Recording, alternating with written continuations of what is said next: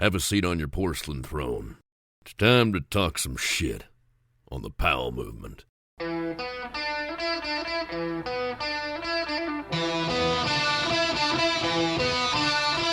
Welcome to the Powell movement.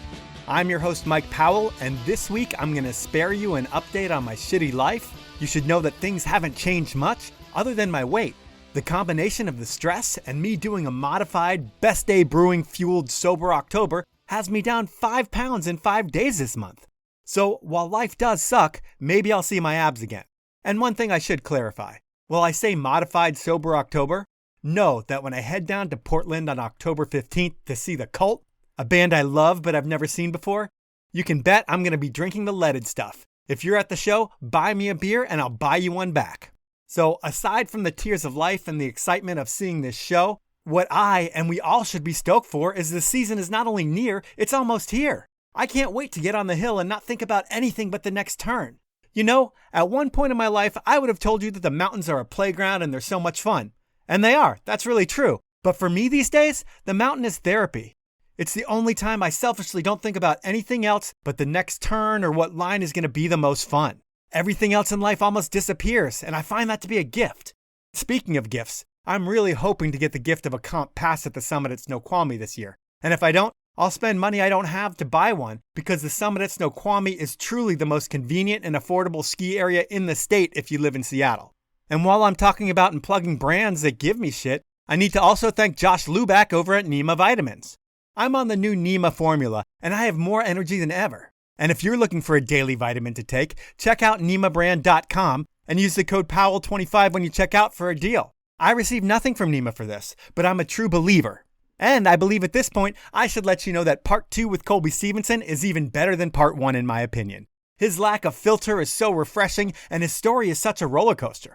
And before we get into talking about Colby again, I want to ask you to tell a friend about the show so they can hear Colby. I mean, podcasts are hard to find, and I'm not famous, I don't have a built-in audience or anything like that. I just interview people better than anyone else. And I say that in my not-so-humble opinion, but I'm telling you the truth. I feel like my interviews are so well-researched that everyone needs to hear them if they're going to listen to any interview from one person. So telling your friends helps the show grow, and it also gets your friends the best interviews they could possibly hear. What else helps the show grow are star ratings and reviews, but I'm going to ask you to do those in the outro, so don't worry about that right now. Finally, I only work with the best brands in snow and beyond. I love their products and services, and I know you're going to too. So please support the brands that make this show happen. They are Elan Skis, Outdoor Research, Peter Glenn Ski and Sports, Stanley, and Best Day Brewing. Now, it's time for Part 2 with Colby Stevenson. Last time we spoke, you told a story during Inappropriate Questions of staying at the W for the X Games, and in doing a little bit more research around that, I uncovered something else about you in the W Hotel. Can you tell us the story of you getting locked out of the W naked? Yeah, that was actually an insane story, man. Let's see. This was a different year. So we had a couple years at the W, and this time I barely messed up my runs in slopestyle. I was like pretty bummed, but my mom and stepdad were there, and they like brought some margarita mix over. So we had some drinks in the hotel room, and then went up to the pool up top and had some more drinks up there, like some beers with Jossie Wells and a couple of the Wells brothers. And next thing I know, I'm like pretty sauced up because like, you get in the hot tub, like it amplifies your drunk for sure. Yeah, totally. Anyway, it was like a normal night. Went back down with my girlfriend at the time and we went to bed. And then in the middle of the night, I got up to go pee, and I guess like my eyes were probably like barely open. And the bathroom door was right next to the door to the hallway. And I just all of a sudden, I'm just locked in the hallway, like butt ass naked, like just like, what is going on? And I'm like banging on the door, like trying to get her to wake up, and she never woke up. And I'm out there and I'm like, I'm trying to like yell, but like not loud enough to like wake anybody else up in the other rooms and stuff. And like, it was like a little nightmare. It felt like I was in a nightmare. And I was like, oh no, like I'm going to get arrested for being naked in the W. But anyway, I had to go to the elevator. I'm up on the 4th floor. I had to go down to the lobby. And I remember when I clicked that lobby button and I'm just sitting there, I literally have nothing. Like there was no There was nothing to save you. There's no pillow on the fucking couch in the lobby or whatever. Like, I just remember pressing that button, like, all right, here we go. And I like just went down and like I remember peeking around the corner, like, hey, can you guys come let me in my room? Like, I'm having a little bit of a situation here. And they start laughing and they're like, this is not the first time this has happened, believe it or not. And I'm like, oh my God. Oh, man. Luckily, it was like COVID year. So, I mean, this was probably at like 1 or 2 in the morning. And like people would have been coming back from the bars and like there would have been people in the lobby for sure. But since it was COVID year and like nothing was open in town, everyone was asleep. So, luckily it didn't end up in the newspaper, but I definitely had to tell the story to quite a few people because it's one of the craziest things that ever happened to me for sure. That's totally amazing. Yeah. I just wanted to get another funny story before we jump back in where we left off before. And when we had talked before, you had gotten on K2, and I think this is around the time that you hooked up with the Stept crew. And you had some jaw-dropping clips in their movie 10 and 2. And while your rail game's on point, Step's level of street stuff was totally different back then, I feel like. And watching those dudes from my perspective, I could never really figure out if those guys were having fun or if they were scaring themselves or if they were just trying to prove a point that they could do some shit that no one thought was possible. When you went out with those dudes, did it seem more fun or scary, or what was your thoughts on what they were doing to themselves? I mean, we'd always watch video parts of them and like, yeah, they're hitting way bigger shit than anyone else and risking their lives to get these street clips. And I ended up paying off for them. But I mean, when I was with them, it was just more for that park shoot. Yep. I never filmed with them besides that Aspen park shoot, but I mean, they pushed us a huge jump. And in a way it worked out is like it was an Oakley photo shoot. And then Stept also was shooting that. And then they were like, oh, we're just going to put the dove clips in the movie. And it was the first time I'd gotten to hit like a really big slush booter, at the bottom of Buttermilk. It is the money booter. Like the X Games money booter is what we got the shots on. And yeah, I remember having like all the cameras, and Alex Martini was like following me in for one of those Dub 12 blunts. And he just like went the same speed as me, but he weighed like twice as much as me. And he fucking just overshot the whole landing with his fucking red cam, dude. And like, he was doing an in-air follow with the red. And I remember just like looking behind me after I landed my trick, and he's like still in the air, lands on his like ass and side, and then his camera just like tomahawks and explodes as well. Oh, man. And I was just like, oh shit. Like I felt so bad. Luckily he was all good. I mean, he was a little shooken up, maybe hit his head, but he was like, I'm not used to following someone so small or some shit. But no, it was an amazing shoot. And to be with that Step crew is always a good time. They're such good dudes. And that was kind of like towards the end of their ski movie making career. Like they were already kind of transitioning into Hollywood at that point. I can't remember if 10 and 2 was their last movie, but that's the one that I got some shots in, and it was obviously an honor to be in there. And yeah, that Dub 12 blunt that was in the movie was like my first one ever. That eventually becomes like a signature trick of yours. Well, for sure. It was always like my favorite trick, like watching Henrik do it, like with his 188 Edolos and like flexing that ski. I mean, that trick was it's so dope because you need a big jump for it because, when you're grabbing blunt, your body's so extended, like you can't flip as fast. And so that's why I had to wait for that jump because I'd tried it before that and on a smaller jump and like couldn't get it around. Like I'd go for blunt and then I'd be like, oh no. And I'd like grab my knees and get it around. But yeah, man, when you can just like be fully extended like that, like capping blunt, like there's honestly no better feeling. This is all around the same time that you make the U.S. rookie team at 15. And there were some legendary names on that team, as like Bobby, Gus, and were you starstruck at all when you make that team? I definitely was like honored to be included. I remember being like a little jealous of my friend Andy Partridge, who's like a longtime friend of mine. He got on like a year before me. And I remember feeling like, dang, like I should be on. Because when I was 14, I had like a breakout season, like learned a bunch of dubs and stuff, and like was just like skiing really well. And he made it on. I was like, damn, like can't wait to get on there. And like did like a dub 10 in Wendell's that summer off like 100-foot jump. And I remember being like, all right, like I definitely deserve this shit. So it was really sick when I finally got on that year and being on the team with all those big dogs. I think the next year when I was 16 was when I first competed in all the World Cups. And then it was like Olympic qualifier year when I was 16, like competing against all those dudes. And like, obviously I wasn't going to win any of these events, but it was just sick to be in the mix and like trying to make finals and stuff. And then just see it all unfold like for the first Olympics for our sport. Well, when you first make the team, Does that mean that everything's paid for you and you get your flights and you get your hotels and you have coaching and use of a facility and a uniform and hopefully insurance? Or what actually comes with making the team? Yeah, so like back then, like our funding was very low. Like we didn't even get flights paid for the pro team until Olympic year, just this last time around, 2022. So like when you make the team as a rookie, not a lot changes, honestly, except the fact you get to use the coaches from the US team and then also the facility, which is super valuable. And it's an awesome spot. But you end up, my mom was still having to like support all that travel and stuff.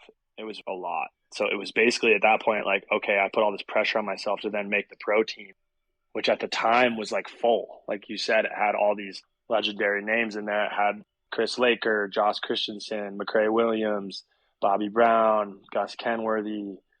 Who else was in there? Schlope at the time.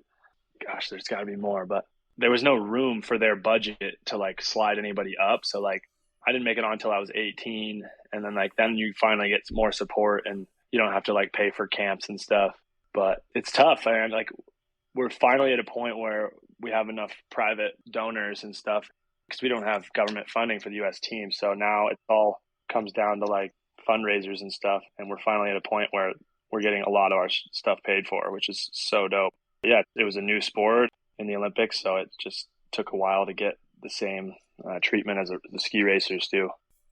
And you mentioned that you didn't make the pro team until you were 18. So from when you're like 14, 15 to 17, you're all over the map. You're doing FIS contests, World Cups, Dew Tour events. And in that scene, it's not like you're crushing it by any means. I mean, we know that post-car accident, you gain this laser focus. But before the car accident, what was going on in your head, like when you're 15 to 17 and you're a middle of the pack guy? You know, if I had just had the right mindset of like not putting all this added pressure on myself, I was thinking about how much my mom was sacrificing. And I was thinking about how I needed to get these bigger sponsors to pay for the trips I was going on. And like all that was like weighing into how I was approaching competition. And like at the top before I dropped in, I'm thinking like, all right, I need to fucking win this so I can like get some money. That was what was keeping me from skiing my best. It was almost like a make it or break it scenario that I was creating in my mind. And that's not the case at all. It's like I already made it. I was already there, and like that's the kind of mindset you got to hold on to, is like knowing how lucky you are to be in that place and like have that opportunity to show your stuff and do what you love, like in a competition. Like it's so rad. Like if you look at the big picture, like what is a ski competition? What is a slope style event? It's something that we created out of just sheer passion and just something we wanted to do. So during that time, I was kind of just caught up in like trying to be a pro skier and like wanting to prove that I had the skills to like win events. And it's not to say that I didn't. It's how you direct your focus and your state of mind is like what's going to help you perform the best. So other people have realizations in other ways. For me, it was like the car accident. I had to have like my pretty much life ripped away from me to realize what the important things were. And that was just like the beauty in like everyday life and the craziness of just being on this planet, like floating through space and then like watching a sunset and then being grateful for the little things, like a hot shower. I was like, damn, I got a hot shower. Like that's the highlight of my day. And I always circle back to that because I remember for like 2 months straight, like a hot shower was the only part of my day that I wasn't depressed because it just felt so good, like on my neck and stuff. And then I started to realize how people don't have that. And then like the more things I got back, I started biking again. I was like, this is epic. Like I felt like a little kid learning to bike. And then it was like, once I got skiing back, it was just a whole new perspective and shift of focus. And that ended up being like what I needed to excel in the competitions because I always had the skill. It's 90% mental. Were you one of those guys when all the pressure that you were putting on yourself where you did well in practice and did well maybe in prelims, but when finals came around, the pressure, that's when it really got to you? Yeah, I would say so. I definitely made a lot of finals. And still to this day, like last season, I made every World Cup final, but I only podiumed the first one in Dubai. And it was maybe not because of my mindset, but because on a different side of things, like just choosing a run that was maybe a little too inconsistent for me. And then also some weather issues, but it's a balance of like picking a run that's going to be unique, creative, and difficult, but also be consistent and feasible to do when the time is right. So it's like you're really just balancing those two things. Yeah, man. When you're a kid, it's hard to learn that stuff. Like people can tell you, but like you're never going to actually learn until you go through it yourself and like walk that road, I think. And some people figure it out a lot younger age. It just depends on where your mind's at. Do you get to the point where from when you're 15 to 17 and you're in the middle of the pack, does it get to the point where it's almost an ultimatum year with the US team where like, hey, we've invested in you now for 2 years. You're not really placing higher than 12th or around there. And we need to see some results. And if we don't get results, well, somebody else is going to take your spot on the team? Yeah, for sure, dude. That's what's really tough about it too, is not having enough funding to support all the kids that need more time. You know, some people are late bloomers, some people end up winning earlier, but I would say overall, people don't do really well until they're like 20. And that's because maybe they have the best talent at 18, but they didn't have their mind right until they were around 20. And that's just like the development of people's brains. But yeah, like as we get more funding, hopefully we can nurture the athletes that maybe were injured, or that's what'll extend your spot is if you're getting injured and then you still have a chance to like prove yourself. But they finally lowered the criteria to make the pro team, which was originally 2 World Cup podiums in one season, which is like really hard for someone who's a rookie. Like think about that. And then they wanted people to move out of the rookie team when they were 18, like turning 19. It's like they also raised that to like 20 or whatever, like low 20s, because they started to realize like, okay, these athletes need more time to figure out that competitive edge. But like, I mean, there's all added stress. You know, if you look at it like that, it's like you really got to show up at a young age. And like, if it doesn't work out, then you're obviously going to be knowing that your time is limited on the team. And it's like, it's just going to like sway with your skiing. I mean, it's tough, but it's just a situation we're in, and being such a young sport and being such a niche sport where we don't have all this money behind it. Not to say there isn't money, but there's not a lot of money for the little guy. And that's honestly the worst part, is like, how do you become a pro skier if, you know, you don't have these other sponsors and you're not doing well in competitions? It's like you go on the film side, and then at that point you have to choose one or the other. I don't know. I'm kind of going down a wormhole right there.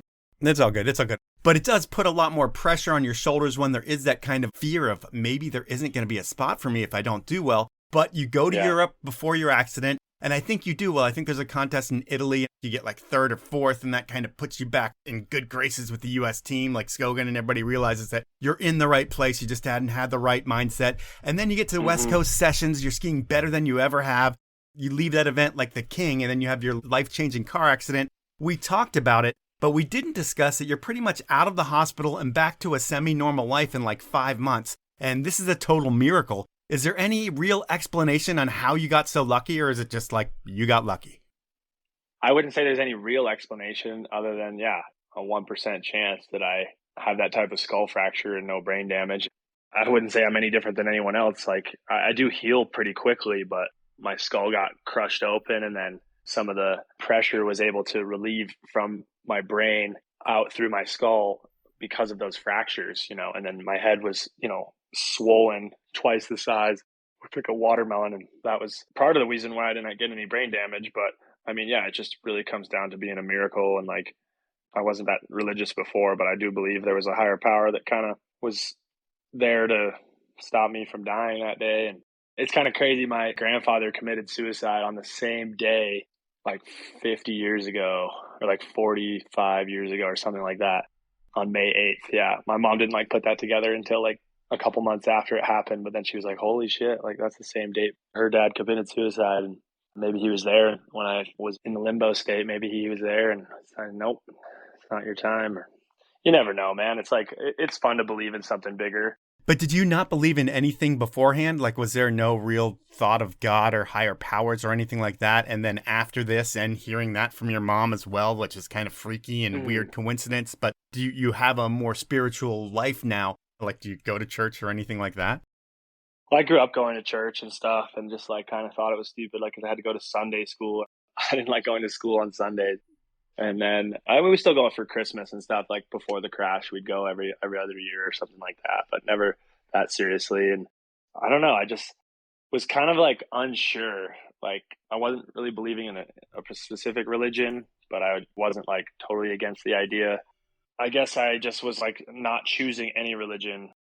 Yeah, I wouldn't say I was atheist, but I was just kind of like unsure of what to believe in with all these other religions in the world. That was kind of like question is like, well, there's probably something, but if all these other people are saying there's something different, then it's obviously just up for interpretation, at least what I thought as an 18-year-old. And then after the accident, it was like I was kind of going through a dark time, like I spoke about before the accident, like was having some weird bad dreams and stuff. And like turns out, I was just kind of getting taken away by the dark side is like how I interpreted it after the fact. And then I see the car crash as like the good side was taking me back and shifted my focus. And there's a lot more into that story, and it's like not really one I'd feel comfortable talking about to a bunch of people because it's just kind of crazy. It's not one that everyone would accept to hear that full story. It's time for my first sponsor break, and I'm going to start things off with Elan Skis. I know everyone has seen more and more Elan Skis on the mountain, as their award-winning ripstick models have a lot of people talking about the brand, and more importantly, skiing better and having more fun. Now everyone can enjoy the superior materials and craftsmanship that Elan delivers, and that's no exaggeration for this ad. Elan skis are made by skiers in the Slovenian Alps, in a factory so technologically advanced that I don't have enough time to describe it all. And the materials themselves? Well, Elan makes yachts, which means they only use the best of the best materials. So now everyone can have the best of the best. Because while everyone skiing has been moving forward with ripstick models over the past few years, those who've wanted to land switch now have a couple insanely light and lively twin tip options for the Park and the POW, with the soon-to-be award-winning Playmaker 91 and 101 models. To find out about all things Elan, especially those new Playmaker 91 and 101 models, head on over to elanskis.com. Next up is Seattle's own Outdoor Research. They've been supporting the podcast for almost 5 seasons, but you know what? I've been wearing their gear long before they bought ads because they make hands down the warmest, most waterproof gear I've ever purchased.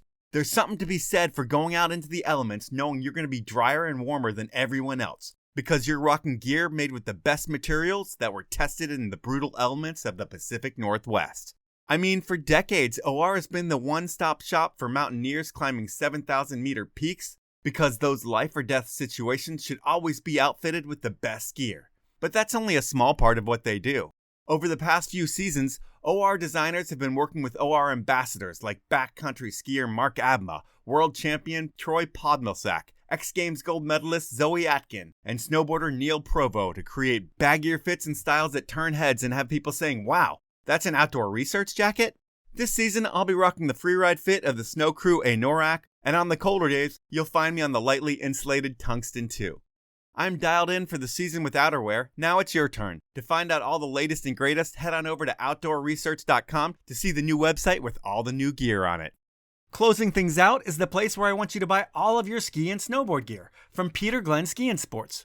Why support Peter Glenn Ski and Sports? Well, first and foremost, they're the little guy who's been getting people on snow for over 65 years. They're not trying to take over an industry by making a ton of branded products that compete with established brands. They aren't trying to get you to stay at their hotels or go on one of their vacations. Peter Glenn is all about having all the brands, all the products, and all the deals both in-store and online. It's not about algorithms or AI. Peter Glenn is about having the most knowledgeable staff that understands what you need to make sure you have the most fun possible wherever you're going. And they've been doing that since 1958. So if you ski, snowboard, inline skate, wakeboard, water ski, or if you need outerwear for your adventure, Peter Glenn Ski and Sports is your one-stop shop, and they offer free shipping on orders of over $50, a hassle-free return policy, and they'll price match reputable dealers. So please support this podcast and buy all your stuff over at peterglenn.com. Those are my sponsors. Now let's jump back into the podcast. How long does it take for you to get cleared to drive a car or ride a bike? Yeah, so I had to redo my driver test because of how bad the accident was, and having a TBI, they make you do a driving test again. And so that took a couple weeks of driving with them, but I probably didn't drive for a couple months at least, maybe 3 months or something. And I was never scared to drive again because I knew I was a good driver. I just fell asleep. But I rode a bike not that long after. My mom and stepdad went for a walk down this bike trail, and I remember oh, I'm gonna jump on the bike for the first time and go scare them or some shit. So I came up behind them and was like, wow. And they were like, no way, you're biking. They're not mad, they're actually psyched.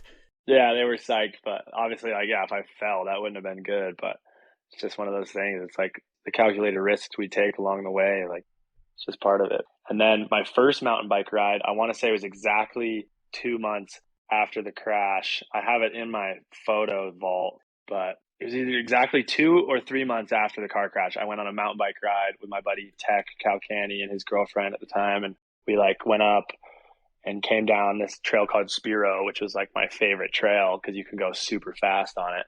And obviously I was going a lot slower than normal, but just to be out there and riding and realizing that my life wasn't completely over was a huge milestone for me. And that was like the first phase of realizing, all right, we got this. And that just like motivated me even further to push through PT and stay positive and just try not to feel like I screwed everything up, you know? Yeah, I mean, I would think that you get through that mountain bike ride and you scare yourself a little bit, and then you go straight to your doctor and you're like, look, I'm mountain bike now. When can I ski? That's what you would think. But like, dude, I was never in talks with doctors again. After my second surgery, it was just like totally up to me and deciding. And like the team didn't even clear me when I went to New Zealand 5 months later. I was not cleared by any doctor because they didn't know. They're just like, you're just going to go off how you feel.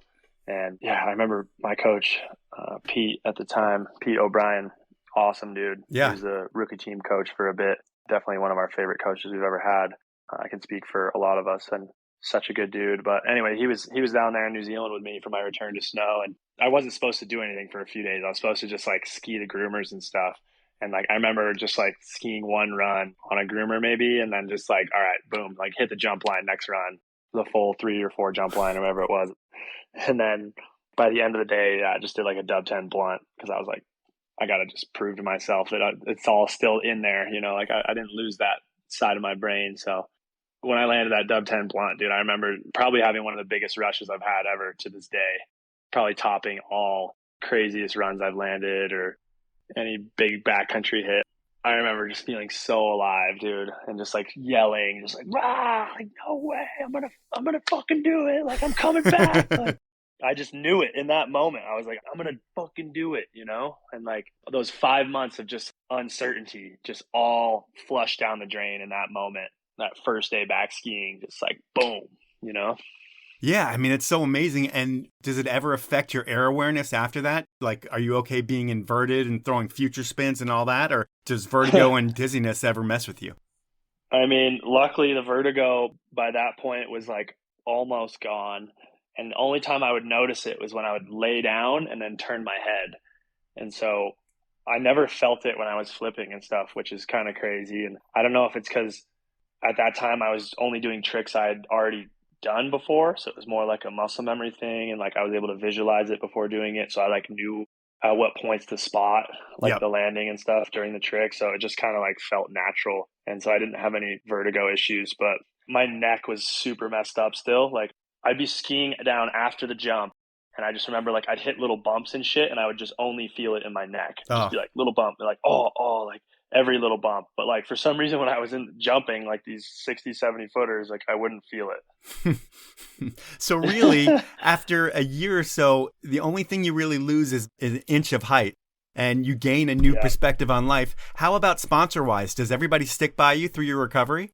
Yeah, bro. That was honestly the craziest part is like my sponsors didn't budge and it just stayed with me. And, you know, at that time it was K2, Oakley, Monster. And I just am very grateful to still have those partnerships today. And like, yeah, it just shows like how awesome companies like that are to stand by their athletes in times of difficulty. And like, you never know how someone's going to turn out after an injury. You have to wait and see, you know, so you got to maybe make a judgment a couple years down the road. And I know that doesn't happen for everyone, which sucks, but I'd say if you're with a good brand and you like know the managers and stuff, like they're going to stand by you through the tough times, because that's what can make an athlete great, is like coming out of those tough times. And that's when you build the most character and start to realize more about yourself, is like when you're injured and you can have all that self-reflection and kind of just remapping of the brain and maybe, you know, seeing something you didn't see before because you're in such a vulnerable place, or maybe you just have all that extra time to think about what's important. Well, I would say what would be the highlight of your autobiographical movie would be what happens 8 months later in Sizerom. I can't even say the name, but can you take us through the highlights of that contest? So yeah, then fast forward from New Zealand 3 months, so 8 months after the accident, I had the opportunity to go to a World Cup in Caesarolm, Italy, in the Dolomites. So a super beautiful part of Italy. You know, it's not in the Alps, so the Dolomites are a lot more like rounded looking peaks, like more dome looking. And my dad got to come with us too, and we stayed at like the nicest hotel, like 5-star meal. Dude, it was insane. Like we had like a 4 to 6 course dinner every night.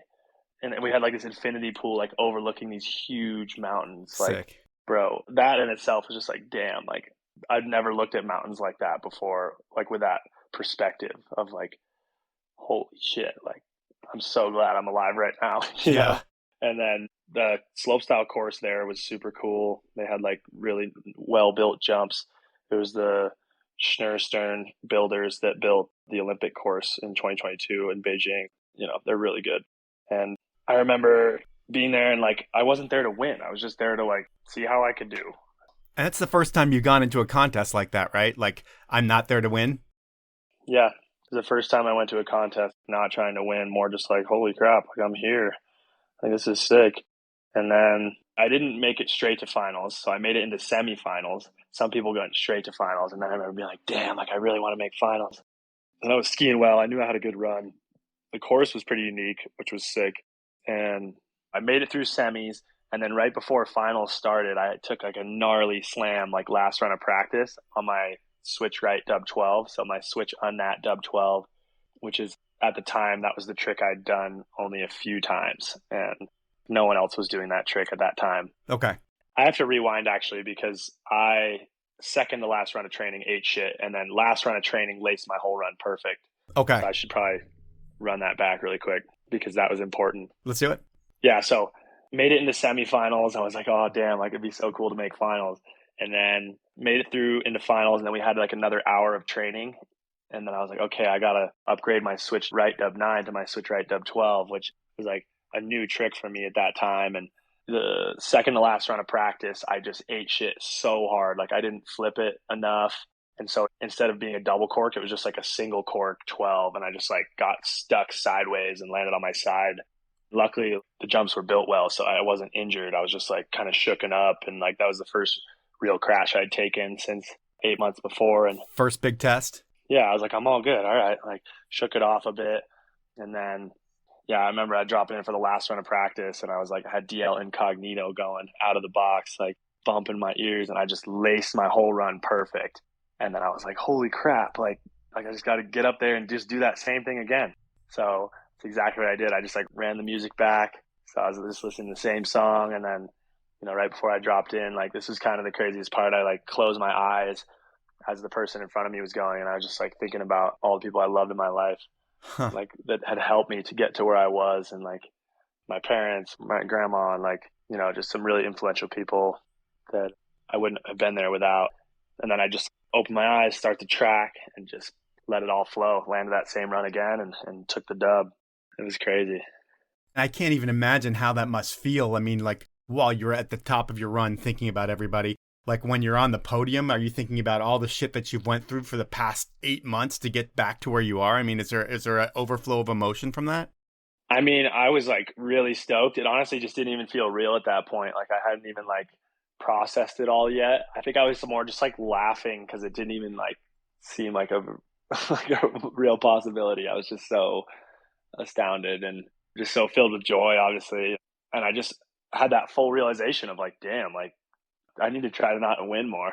You know? I need to like not focus on winning so much and just have some fun, because at the end of the day, if you choose to have fun for the contest, then you're not going to care if you win or lose. And then for me, I'm going to ride my best if I have that mindset. So then I was like, damn, like if I can just do that every time, then that's a win-win no matter what. You know, even if you don't do well, you just take it as the great trip and then go from there and push on to the next. And I've been trying to hold on to that feeling and that frame of mind ever since I felt it for the first time, you know? Yeah, I can imagine that you want to feel exactly like that every contest you're in, because it gives you that feeling of like, hey, I can win if I feel like this.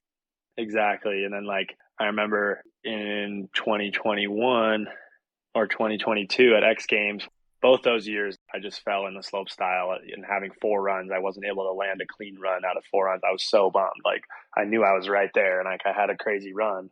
But in 2022, the second time it happened, I had the most fun I've ever had, like, not doing well, because I knew I gave it my all, and like there was nothing that was in the way. It's just like that's how the cards unfolded. Before we get that far ahead, we're going to go to 2018, which should be the year of your life. It's your first Olympic year, but you do the do, and what happens to your shoulder at Dew Tour right before the Olympics? Oh, yeah.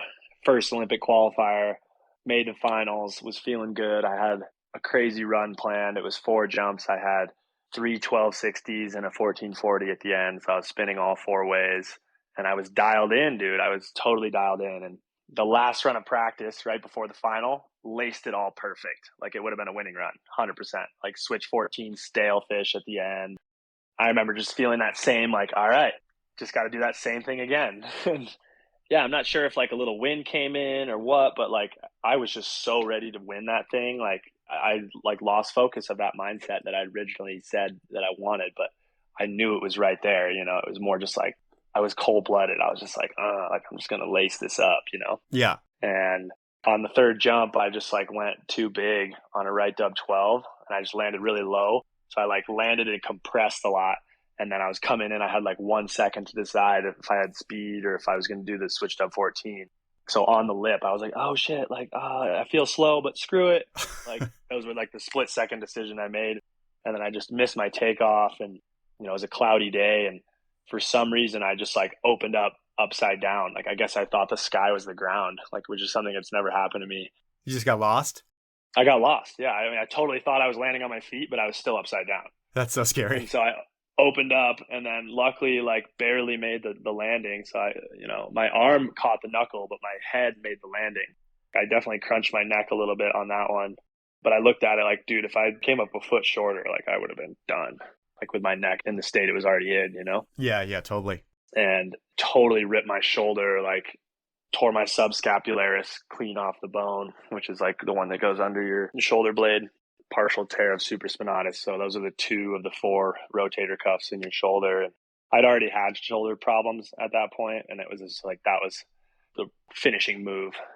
RKO. Just, and then I remember getting up. I had so much adrenaline. I was like, oh shit, like I just got to get back to the top. Like I got to tape my shoulder, and like I got to just do this run. Like I was just so focused on doing well. I didn't realize how messed up I was. And then I got to the top, and like there was like this medical staff from Dew Tour on hand, and he was like, oh, we got to like do some physical tests before we get you to go again. So he had me like lifting my arms like up above my head, and then it just like boom, like popped out of the socket. For like 5-10 minutes. I'm at the Dew drop in, like the comp's still going.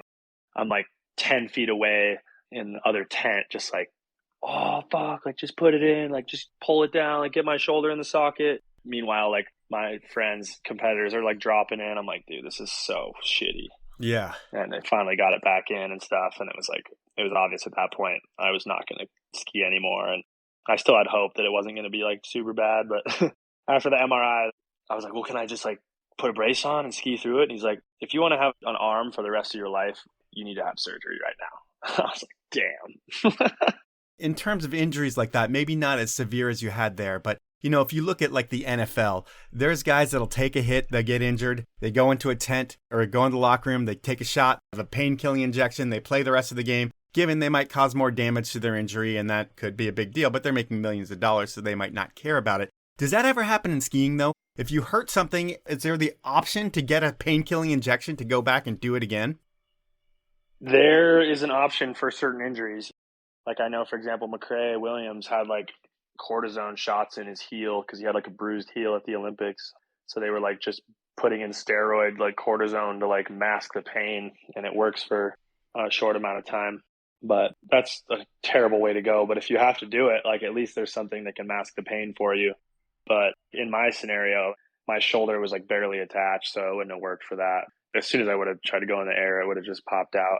It popped out in bed before surgery when I was just like rolling around. Oh, man. Yeah, it was gnarly. But on the bright side, you know, I obviously at that point was like, okay, what's going to be the lesson from this? Like, how am I going to turn this into something that is actually going to help me down the road? And right after it happened, I had like a few weeks before the fall semester started of school. Because you went to Westminster College, right? Yeah, I went to Westminster College in Salt Lake. So I enrolled in 4 classes, and then that kept me busy through recovery.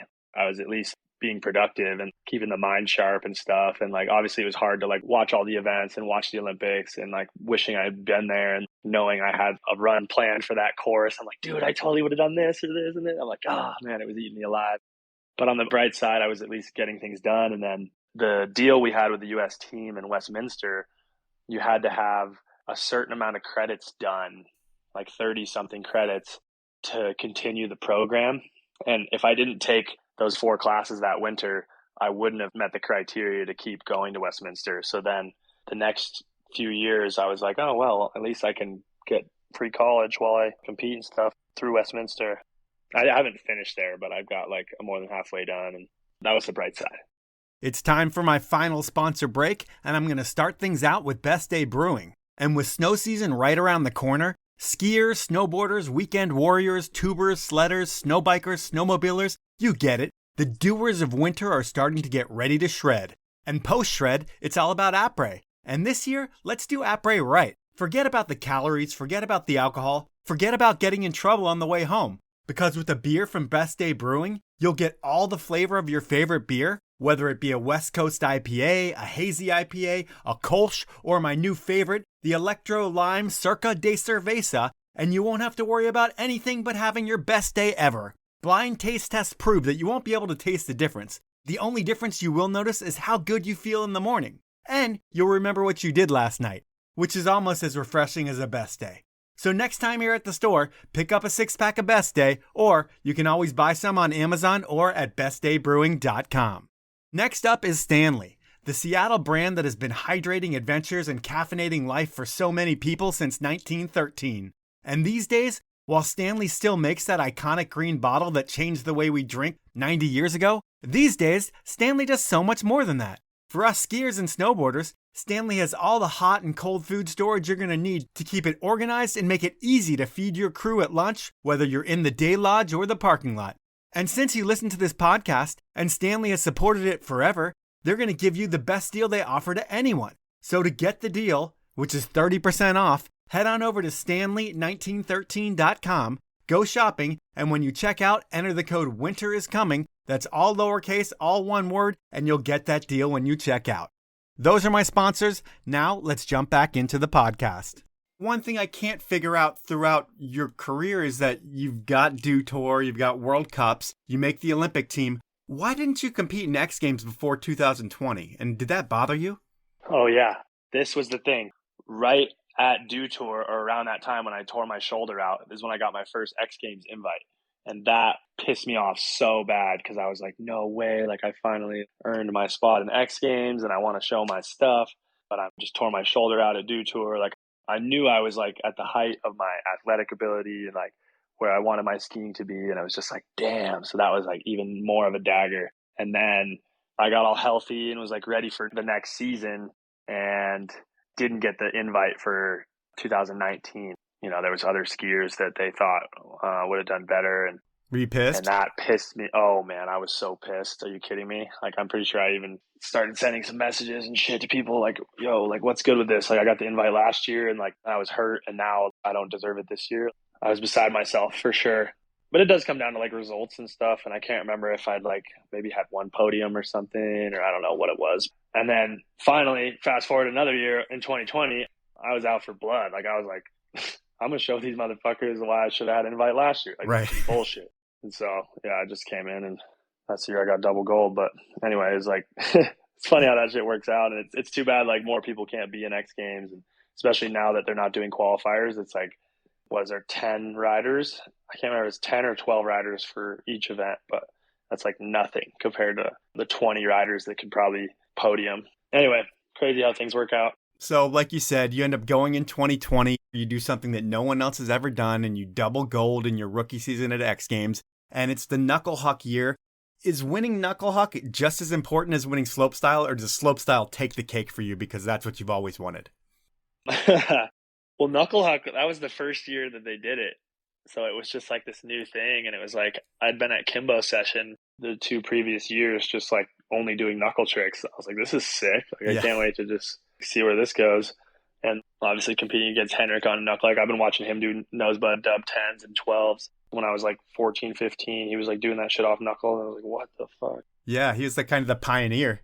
Yeah. So that was super dope. And like to have it be right before the slope style was cool, because it was like, all right, let's just have this fun event before we like get real serious tomorrow and like have some crazy shit go down. But yeah, obviously slope style is like my favorite thing to do. And my creative mind loves to just like build a slope style run. I think it's so amazing that every athlete has a different run, and it's totally up to your interpretation and what you want to do and how you want to ride that run. And there's like so many different rail options you can hit and like swerve between. And that year was super unique because it was the only year that they've done the judging was the overall. So it was all 4 runs and you were supposed to do a different run every time.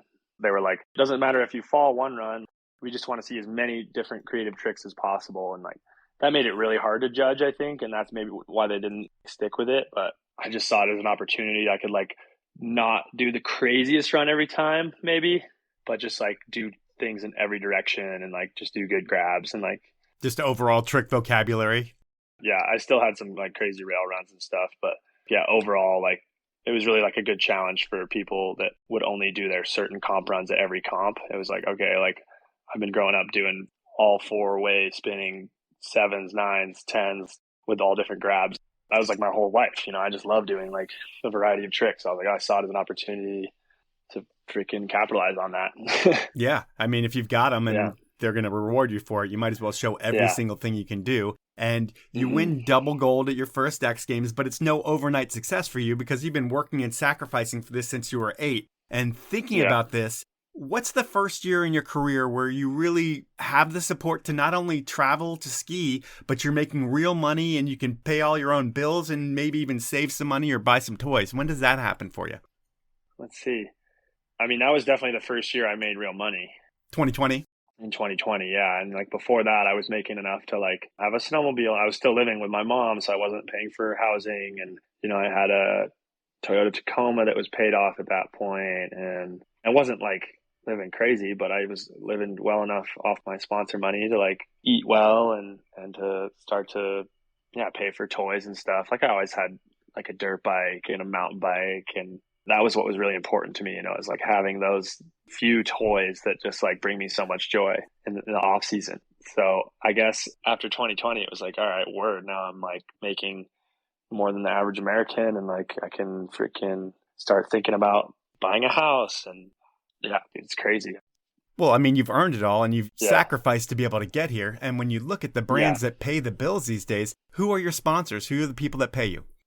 Yeah, so my sponsors are Oakley, Monster Energy, K2 Skis, and then I've got some brands like Wells Lamont Gloves and Mountain Flow Eco Wax, and Devonza's Pizzas was my first sponsor ever when I was 8 years old. It's just a pizza joint in town here that they feed me. And then, like Kolsch Sport has always supported me with like boot fitting and like ski waxing and tuning whenever I needed. And I don't think I'm leaving anybody out. And with your bigger sponsor contracts, and if you are leaving anybody out, you can always text me them and I will say them in the outro so we Pacifico, make sure. Yeah, Pacifico, dude. How can you leave out Pacifico? It's your beer. I know, Pacifico. It was just like an Instagram deal. I wish it was like a permanent thing. But yeah, the Pacifico deal is really sick because they send me some free beer and some money too. And obviously that's great. With all these contracts, do you have to do all these yourself or do you have an agent who gets your money for you? Yeah, I have an agent, Tom Yaps. He's a legend. Yep, the legend. Yep. He's been with me the whole way through, man. And so when you look at your whole deal and everything that you have, I'm going to assume that you make 6 figures or more now. And you've kind of said that you make more than most Americans, which is great. But when you're a sponsored skier, one of the big things that you get is incentive checks. Mm-hmm.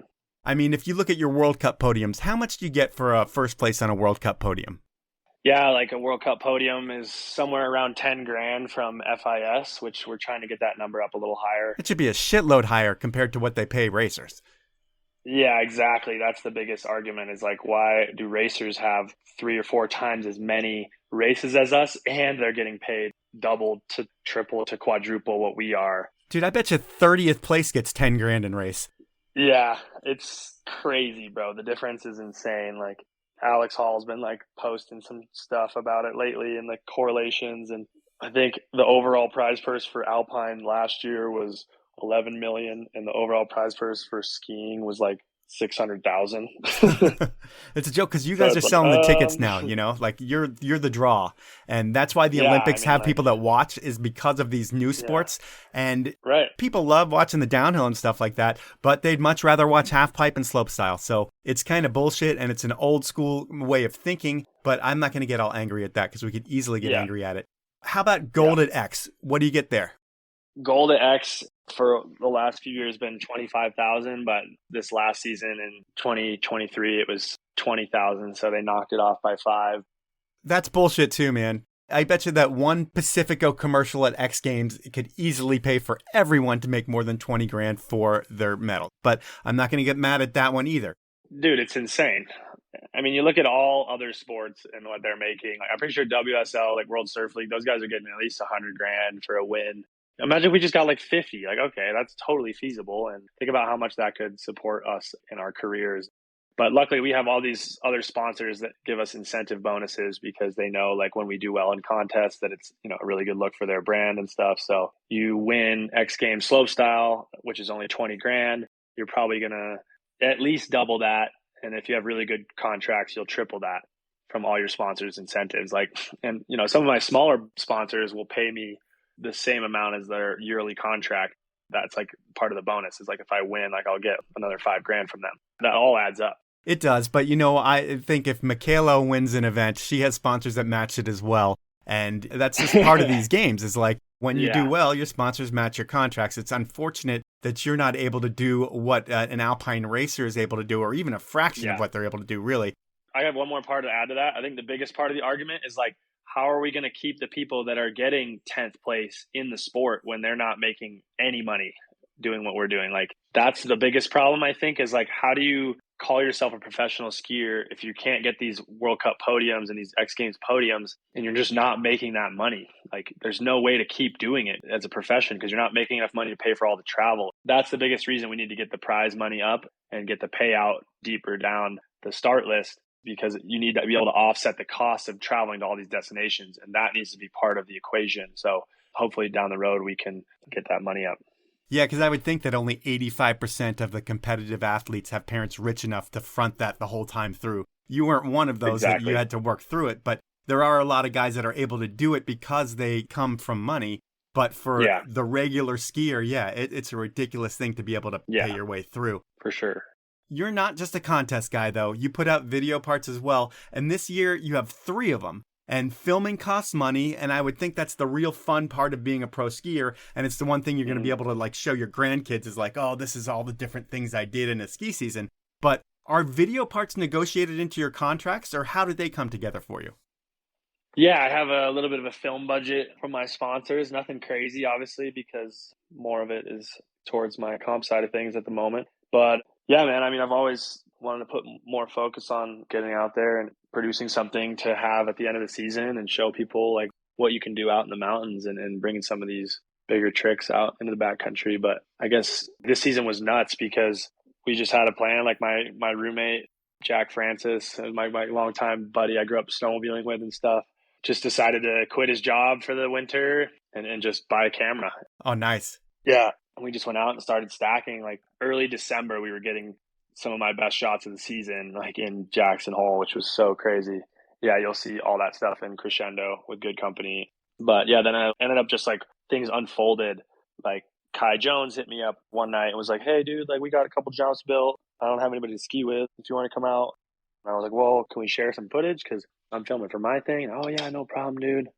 So we went out and got some crazy shots, like skiing some really steep spines and stuff, and just having that deal with TGR where we gave them a couple shots, they gave me my shots. It really was awesome to be able to work like that. And part of that's because, you know, I made a name for myself in the comp side of things, and it's valuable for me to be in their movie, and it's really valuable for me to use those shots for my film. And so it was a really cool like deal we had going there. And then come the end of the season, I'm trying to get up to Alaska and like trying to talk to Sammy, and it's like it's really hard to coordinate plans up there just because it's a lot of money to get these helicopters flying, especially like private helicopters, like $100,000 for a week for a normal person. So You have to have like these partnerships and make it work other ways. And then MSP was like, hey, we need one more athlete. Do you want to be on a trip with Hedvig Wessel, Kate Zelef, Sammy Carlson? And I was like, are you kidding? I've been trying to get up there with Sammy already. Like, this is perfect. And again, I was like, is it possible we can share some footage so I can have some for my full part and have everything in one place? And they're, oh yeah, for sure. So, you know, it really takes everyone in the industry to kind of like work together to make this kind of thing happen. And that really did come together last season. Just everything kind of unfolded the way it should. And like, when I was trying to make plans for Alaska, I was getting all stressed out because I was like, oh man. And I was like, you know, deep down, I was just like, it's going to work out. It's going to be fine. And sure enough, that's exactly what happened.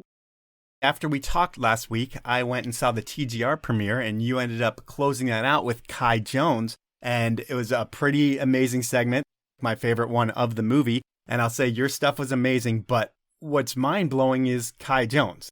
Yeah. Is that something that you see too? Is like, you're an elite pro skier. There's not many people that are better than you. But when you go out and ski with a kid like that, because he's what, 16 years old or 17 years old? Is it just fucking mind-blowing how good he is? Yeah, it was pretty nuts because like we filmed 3 days together. The first day we built a jump that was a little too big and I ended up casing it a couple times, which I don't know if it was in the movie, but it was hilarious because I like front sided this wall. But luckily it was deep pow. But anyway, the second day we got up wicked early, and that's when we were skiing those spines that you saw in the film. They're just like straight down. Yep. Like a zone that isn't normally covered in snow, but it was like his 7th time skiing that zone. And it was like, for me, it was my first time in there. And so like we got up first run. He's like, yeah, I'm just going to like go right over there and like down that. And I'm like, you're going to go down that for the first run. It's like 7 a.m., like first light. He's like showing me the line on his phone. I'm like, all right, damn. Like, I'm going to go over here for my first run and like hit this cliff with like no exposure below it. And then like do a 3 real quick to like get warmed up. He was just dropping into that shit, like not that scared. He's obviously comfortable in here. And I'm like, dude, this is nuts that he's just stepping into that like it's nothing.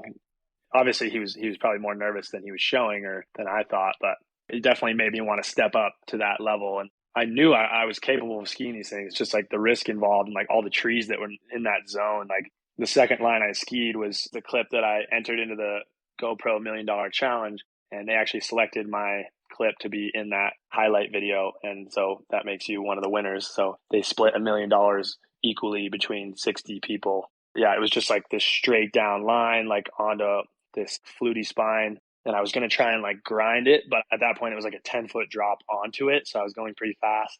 And I remember I just got like one little slash and then it was like into the runnel, like pin it through some trees and like over a log. And that was the most scared I was the whole season, was dropping into that line at 7:30, 8 a.m., whatever it was, you know, after Kai was hitting some crazy shit. And we're just like so locked in that there's no option of crashing. Otherwise, you're leaving in a helicopter. And that's what I knew before I dropped in. It was just like, holy shit, like I got to nail this. You're getting pushed by a 16-year-old. Yep, pretty crazy. And crazy enough, he ended up getting hurt in that same zone a month or two later, trying to hit another line in there. And that's where he broke his legs. So it just goes to show how crazy it is what we do, you know, and like, yeah, to be pushed by a 16-year-old, and, you know, he had the comfortability of skiing that face multiple days. Yeah, man, you just have to be so dialed in anytime you're in critical terrain like that. It's not to be messed with. Well, everyone should see that. They should see your movie with Good Company. They should see your MSP movie. It's like you're everywhere. But the one thing that we haven't talked about that we have to talk about, we're not going to talk about it that much, but it's only the biggest thing you've done in your entire life, is your Olympics. You go to Beijing, you make the Olympics, and big air has never really been your specialty. It's something that you can do, but you have nose butter 16 Japan. And is that a trick that you keep secret going into the games, or is it a trick that people see you doing? Yeah, so actually 3 weeks before, I learned a nose butter dub 10 in my Dew Tour run, which helped me win Dew Tour 3 weeks before the Olympics, I want to say, maybe a month before. And so it wasn't until then I was like, oh, I could probably do a nose butter triple. And then I was too scared to try it in the training because I knew I was either going to land it or get wrecked. Right. So I was like, oh, I might as well just like give her a go in the Olympic big air final. So that's a first try thing? Yeah, it was a first try thing. It took me 2 tries to get it. So I wasted my first jump. I over-rotated it slightly and like just bobbled and kind of washed out. But then I was like, oh, that wasn't so bad. You know, I had to like frame it like, it's just one more flip. It's just one more flip. Yeah. Like, I was just trying not to like think about how psycho the trick was. I was trying to just like trick myself into like thinking it wasn't a big deal. Right. Because I remembered how easy the nose butter dub 10 was. Like, oh, it's just like one more little flip. Okay. I can do a flip on like a freaking 2-foot side jump on the side of a run. Like, that's how quick I can do an underflip. So I was just like, all right. And then the second try, I just nailed it. And I was so hyped that I stomped it. Kind of just like, what the fuck? Like, I had so much adrenaline because I was so scared, of like eating shit. And then I went up to go do my third jump, which I was going to try switch 1980 because I did it at X Games right before that. And the X Games big air. And like, I couldn't grab it that good. But I knew I was going to have to go big, and like landing forward, like deep in the landing was kind of risky. And Scogan, my coach, was just like, yeah, dude, just do whatever you're going to grab really well and land. Like, he actually convinced me out of doing the 1980 because I was sure that I was going to need it to podium. But anyway, I just did a perfect switch dub 18, lead stale / Cuban, just grabbed it the whole way through and stomped it, and ended up getting rewarded really well for it because I grabbed it super long and like got a way higher score than I would have expected that trick to get. And so, yeah, I just was sitting in second place and was there for the remainder, watching like 5 more athletes go who easily could have, if they landed their tricks, probably would have gone ahead of me or like at least really close. And they were just falling because it was like there's so much pressure on that last jump. Like everyone had a high score, but only one. And then it was like that third jump, it was the deciding factor of what the podium was going to be. And I think everybody kind of knew that. It's just high stakes, man. You're just thinking about how big of a deal it is to be at the Olympics, like showing your stuff, and like how much one jump could potentially change your life. And like I said, that day I went into it knowing I had a chance at like a top 5, but not expecting to do that well. Yeah, that's probably why I ended up doing well. When you think about it, are you stoked on silver or are you pissed and you want gold? Like, how competitive are you? Oh man, I was so hyped on silver, like in a big air event, because that's not my event at all. So I kind of just took that and was like, damn, like I'm ready for slope style coming up.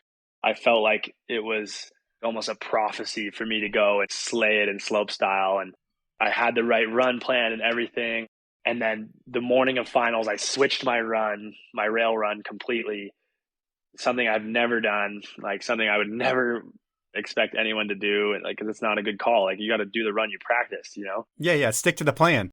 The reason I did that was because they released all the scores from qualifiers, and they released the section by section scoring from qualifiers, which is something they've never done at a World Cup or anything. So you actually got to see what each trick on each feature for every athlete scored. And that was like public knowledge. You could just go and like look at all of it. Yep. So I was seeing, like people that were hitting that big house, like they're getting such high scores for doing like an easy trick. And I'm over here like doing this transfer that's getting like super underappreciated. Like I can go and hit that house and like do a hard trick, but I wasn't practiced on it. Guess I was like overconfident in my skills a bit. And all before that, I was telling myself, I'm not going to do what the judges want. I'm going to do the run that I think is dope. And then I had that run and I went back on my plan and tried to do this other rail line, which on the first run, I was super close. On the first rail, I just went right 2 to switch instead of Pretz 4. And then I did the rest of my run super well. It was funny. They thought I did a switch 14 on the second jump, but I did a switch 18 and I got scored as a 14. They like marked it as that. And like Scogan had to go in. We didn't realize for like a whole run. And then it was like, oh shit. Like they looked at the score and they're like, oh, we got to go. And they went in the judges room like mid Olympic final and just like go tell them to change the score. Pretty funny. But yeah, like I wasn't able to lace my new rail line. So it was definitely a bummer, but I couldn't be bummed about already coming home with some hardware. And I kind of looked at it like, damn, if I'd won, I probably wouldn't be as motivated to just keep pushing, and keep learning more tricks. And I don't know. I just have to find a way to make it a positive and push forward. And I still had a great Olympic experience aside from it being in China and minus 20 Fahrenheit when we competed in slope style. And obviously being at the height of COVID was not easy, but it just made the whole experience kind of crazy. And like a lot of times we were just like looking at each other like this is a joke, man. Like just having to get tested every day, like ambulance coming, like picking people up that had COVID and like taking them to solitary confinement and shit like that. But no, like all in all, like at the big picture, it's like, damn, dude, we really just did that. We really like made it through that. And like, we're all healthy and stuff. And like, obviously I was so hyped for my teammates doing well.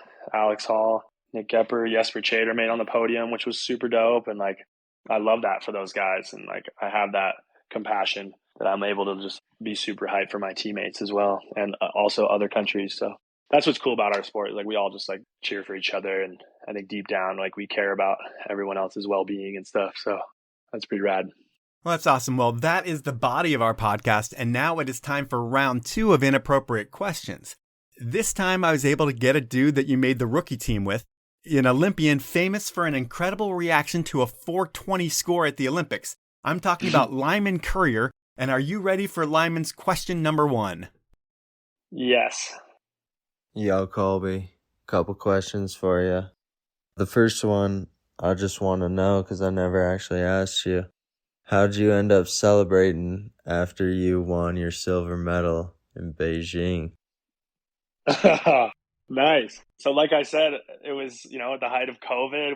We weren't able to party after events like normally. And, the whole season was just kind of like we were on edge because we couldn't like socialize and like hang out with each other. And then, it was after slopestyle. We went up and watched the aerial event and like we were having some beers or whatever. And then after that, we went back to this like other hotel. We're still in Beijing. And we had like this party in the lobby of like all these like slopestyle athletes, some aerialists. It was so sick because none of us had like celebrated together. And we were like, this is crazy. It feels like we're back to normal a little bit. And we were turning up and stuff. And it was super dope. Ended up like kissing this really cute like Australian aerialist and stuff and like just celebrating with all the homies. Yeah, just the whole season was just like relieved at that point. Like all the stress that we like built up and like the fear of getting COVID and like not making it to the Olympics and like all that just kind of was then flushed out. And so it was just like a really awesome moment to be like, damn, we did it, and that's how we celebrated. Nice. Well, we will jump into question number 2. What did I gift to you when I finally turned 21 so that we could keep hanging out a little bit more off the slopes? So yeah, Lyman, when he turned 21, gave me the fake ID that he was using. And it was his friend, Scott Cleveland, this homie from Colorado. So it was a real ID, but it wasn't either of us, our picture on there. It was Scott Cleveland. Right. And so I was using that thing. He was a blonde kid. Like I had to memorize his address, 4655 Pleasant Ridge Road. And I never got really questioned on it. But the funniest part was when I was in Whistler, I met Scott Cleveland in the bar, like using his ID. And I was like, no fucking way, dude. Like, when did you come in? He's like, I don't know, like 20 minutes ago. I was like, bro, I came in like 10 minutes ago using your ID. Like, that's so lit. That is amazing. Like the bouncer didn't notice the name or whatever, It was just like, no way, dude. I was like, dude, let me buy you some drinks. Like, this is crazy. Like, this thing's been getting me into places I shouldn't be for a long time. That's amazing that it came full circle and you're able to pay him back. Yeah. All right, your final inappropriate question. In Whistler for a U.S. team camp one year, we almost got suspended from the team. What were we doing to get that? Oh, shit. Oh, no. What were we doing? I don't remember. We're going to chalk that up to the accident. Yeah, I mean, I can't remember if he's talking about if it was for like WSI. Because no, I didn't go up to summer camp until later. I don't know. I'm imagining we were like smoking weed or something, just being degenerates. Oh, okay. Actually, it's coming back to me now. Yeah. I was like maybe 15 and we were being degenerates. We were with like Matt Margetts, who was still skiing pipe at the time. He's a U.S. team coach now. And we were like with some other people like Justin Dory, Lyman and Aaron Blanc and Devin Logan. And we were just like having some beers or whatever before going out. Maybe I was a little older than 15. I don't know. Those years kind of blend together a little bit. And I remember we went and like we were pretty drunk already and it wasn't even like dark out yet. And I just like got way too high and like started puking and shit. And then Devin Logan like walked me home and I went to bed that night and I was rooming with Lyman and Aaron and Ben Verge came in the next morning, who was the coach at the time. And I think Lyman was rolling like a huge joint or something, like a baseball bat. And like, it was just like, are you guys fucking serious right now? Like they were just staying down the hall. I don't know. We were just being ridiculous teenagers. And yeah, we almost got suspended from the team, but luckily we got a slap on the wrist that time. And that was stupid, but we moved on, Things were a lot different then. And the risks we would take then were just like totally crazy. All right, man. Well, that's our podcast. And at the end of the day, your career is so interesting because while you've always had talent, you almost had to have everything taken away from you to realize your true potential. It's like the accident, while as horrible as it was, is what you needed to take your career to the next level. And while I don't wish that pain on anyone, maybe it was meant to be for you, and that is kind of the spirituality working its way back to you and putting you together and making you whole. And I look forward to seeing you crush it, both on the big screen and in the contest scene. And I thank you for your time, man. Thanks, Mike Powell. I appreciate it. It's an honor to be on the Powell Movement podcast. And yeah, it's really fun talking about the whole story. And I feel like every time I talk about it, some more fun stuff comes out of the woodworks. And I appreciate all the inappropriate questions getting me to talk about the stuff that's kind of hard to talk about on a public podcast, but it's fun.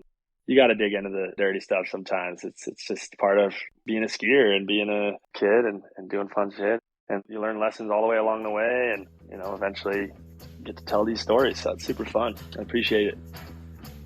So that was another hour with Colby Stevenson, and what an incredible story. I always find it so interesting how people change, usually for the better, after a life-altering injury.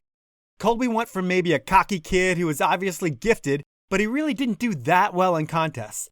And then he has his accident, and he almost loses everything.